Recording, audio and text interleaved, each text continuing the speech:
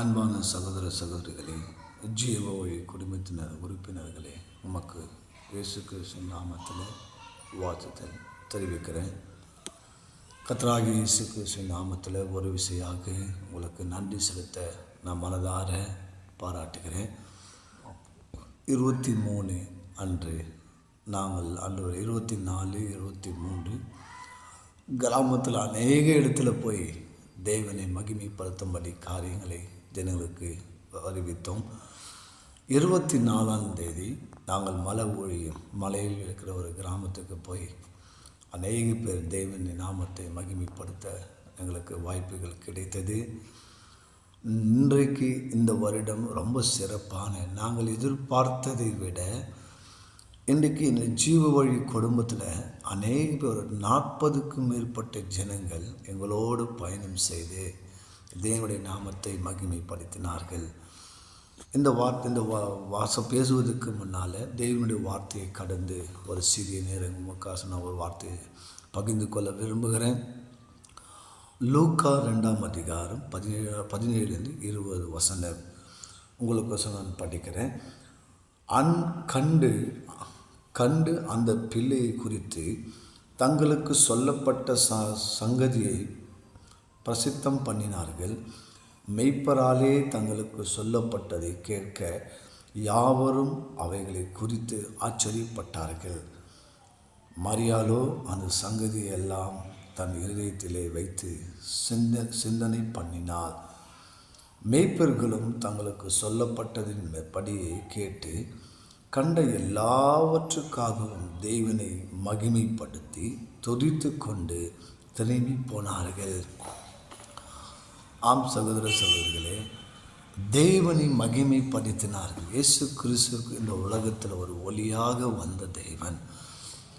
உண்மையிலே சகோதர சகோதரிகளே, நான் என்ன சொல்ல விரும்பினா, உண்மையில் நம்ம தேவனை இன்றைக்கு நாம் தேடவில்லை. உங்களுக்கு உண்மையில இன்னும் சொல்லப்போனால் நம்ம இன்னும் தேவனை உண்மையாக நம்ம தேடவில்லை. ஆனால் இயேசு கிறிஸ்து இன்றைக்கு நம்மை தேடி வந்திருக்கிறார். உங்களை தேடி வந்திருக்கிறார். உங்கள் குடும்பங்களை தேடி வந்திருக்கிறார். உங்கள் வாழ்க்கை நன்றாக இருக்கும்படி உங்கள் பிள்ளைகள், மனைவி, கணவன், உங்கள் தொழில், உங்களுடைய பலவித காரியங்கள் நீ நன்றாக இருக்கும்படி இயேசு கிறிஸ்து வந்து இந்த உலகத்துக்கு ஒளியாக இந்த மரண இருளில் போராட்டத்தில் இருக்கிற நம்முடைய பாவங்கள், நம்முடைய குற்ற உணர்ச்சிகள், அநேக விதமான பலவீனங்கள், சரீரத்தில் நோயின் படிக்கையில் இருக்கிறவங்க, நம்பிக்கை இழந்தவர்களுக்கு நான் ஒன்று சொல்கிறேன். இன்றைக்கி இயேசு உங்களுக்கு நம்பிக்கையாக இருக்கிறார். இயேசு இன்றைக்கு உங்களை மரண இருளில் நீங்கள் இருந்தாலும் கூட தேவன் ஒரு வெளிச்சமாக உங்கள் குடும்பத்து வாழ்க்கையில் வந்திருக்கிறார். இதோ இந்த நேரத்தில் தேவனை மகிமைப்படுத்ததான் இன்றைக்கு வசனம் சொல்கிறது. தேவனை மகிமைப்படுத்துதல். இன்றைக்கு நம்ம எல்லாம் என்ன சொன்னது, ஒரு விஷயம்னா தேவனை மகிமைப்படுத்துதல் வேண்டும். தேவன் மெய்ப்பர்கள் என்றால் மெய்ப்பர்கள் கூட பார்த்திங்கன்னா பார்த்ததை அறிவித்தார்கள். இயேசுவை பார்த்தவர்களெல்லாம் அறிவித்தார்கள். வெளிச்சம் வந்தது, வாழ்க்கையில் பரவையுள் நீங்கியது என்று கேட்டவர்கள் மகிழ்ந்தார்கள், பார்த்தவர்கள் அறிவித்தார்கள், தேவனை மகிமைப்படுத்தினார்கள். அவர்களின் வாழ்க்கை முழுமையாக மாறியது. ஆம் பிரியமானவர்களே, நம்ம தேவனுடைய வார்த்தையை கேட்டாலும் பார்த்தாலும் மகிமைப்படுத்தினாலும் அது வீணாக போகாது. என் சகோதர சகோதரிகளே, நீங்கள் பார்த்ததை அறிவித்தார்கள் மெய்ப்பருங்க, அதே போல் கேட்டது மகிழ்ந்தார்கள், தேவனை மகிமைப்படுத்தினார்கள். இன்னொன்று, அவர்கள் வாழ்க்கை முழுமையாக மாறியது. இயேசு கிறிஸ்து சந்திக்கும் ஒருவர் அதே போல் இருக்க முடியாது. அவர் மாறுவார். இயேசுவை சந்திக்கும் ஒருவர் அதே போல் இருக்க முடியாத வாழ்க்கையில் கண்டிப்பாக அவங்க வாழ்க்கை மாறும். இன்றைக்கு உங்கள் வாழ்க்கை மாறும். ஏன்னா அவர் மாறுவார், மகிமைப்படுத்துவார், சாட்சியாளராக மாற்றுவார். உங்களையும் அதே போல் தான் ஆண்டவர் உங்களை அதே போல் இயேசு கிறிஸ்து நீங்கள் பார்த்தீங்கன்னா அவர் உங்களை மகிமைப்படுத்துவார், அவங்க சாட்சியாக மாற்றுவார் அநேக நேரங்களில். ஏன்னா நமக்கு இன்றைக்கி கிராமத்தில் ஒரு சிறிய கதை சொல்ல விரும்புகிறேன் உங்களுக்கோசரம்.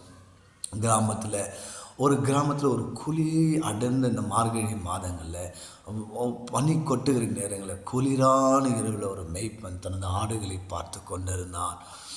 அவன் நினைத்தான், என் வாழ்க்கையில் சாதாரணம், என்னை யாரும் கவனிப்பதில்லைன்னு சொல்லிட்டு பல ஆடுகளை பார்த்துக்காத மேய்ப்பன் அந்த குளிரில் அவனுடைய தலை மேலே ஒரு பெட்ஷீட்டை போட்டின்னு ஒரு கோலை பிடிச்சின்னு உட்காந்து அந்த குளிரில் விதந்து அந்த ஆடுகளை பார்த்து கொண்டு அந்த ஆடுகளை அவன் ஒரு தனிமட்ட வாழ்க்கையில் அவன் யாருமே இல்லை எனக்குன்னு சொல்லிட்டு உட்காந்து அந்த குளிர் நடுங்க அந்த ஆடுகள் மத்தியில் யோசித்து கொண்டிருக்கிறதில்ல. அந்த இரவில் திடீர்னு ஒரு பெரிய ஒளி வந்தது. தேவனால் அனுப்பப்பட்ட அந்த தூதன் அந்த ஒளியாக இருந்தார். மேய்ப்பன் ரொம்ப ஆச்சரியப்பட்டாருங்க. மேய்ப்பன் ஆச்சரியப்பட்டு என்னை போன்ற ஒரு இடத்தில் தேவன் பேசுவாரா என்று எதிர்பார்த்த அந்த மேய்ப்பன் அவருக்கு ஒன்றுமே புரியல என்ன செய்ய வேண்டும் என்று. ஆனால் தேவன் சொன்னார், அந்த தெய்வ தூதர் அவரிடத்தில் பேசின தேவன் சொன்னார், நிச்சயமாக நான் பேசுவேன். அன்றுவரை என்னை போல ஒரு மனுஷன்கிட்ட நீங்கள் பேச முடியுமா? நான் சாதாரணமானவன், என்னை யாரும் கண்டு கொள்ளாதவர்கள், என்னை யாரும் பெரிதாக பேசுகிறது யாரும் இல்லைன்னு.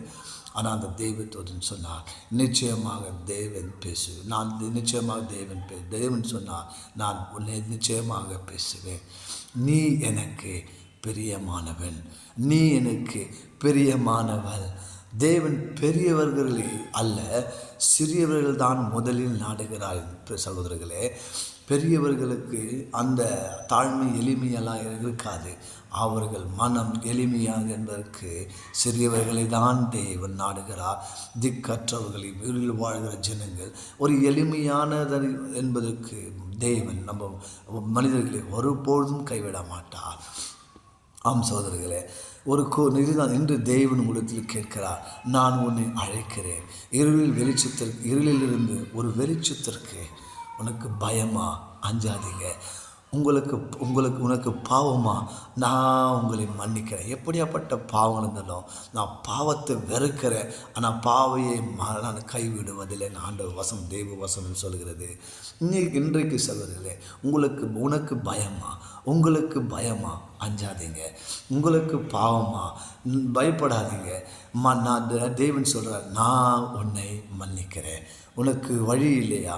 நானே வழியும், உனக்கு நானே சத்தியமும், நானே ஜீவனுமாய் இருக்கிறேன் என்று சொல்லாது. பிரியமானவர்களே, உனக்கு அமைதி வேண்டுமா?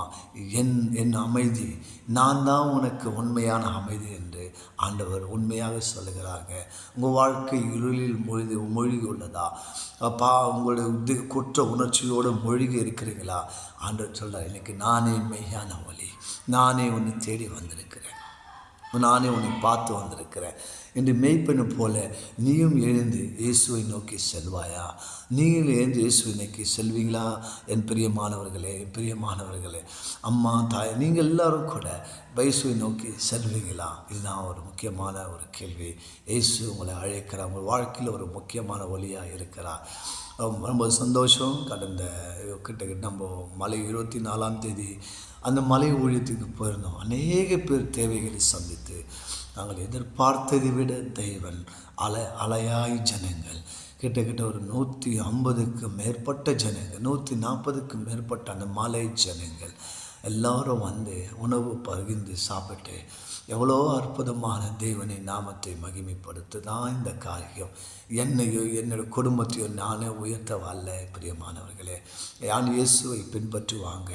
அவங்க வாழ்க்கை இருளில் மூழ்கி உள்ளதா? தேவன் ஒளியாக இருக்கிறார், ஜீவ வழி. அநேக காரியங்கள் தேவன் அற்புதத்தை செய்து கொண்டிருக்கிறார். உங்களுடைய காரியங்களுக்கும் ஜெப உதவிகளுக்கும் நன்றி, உங்களுடைய உதவி கரங்களுக்கு நன்றி.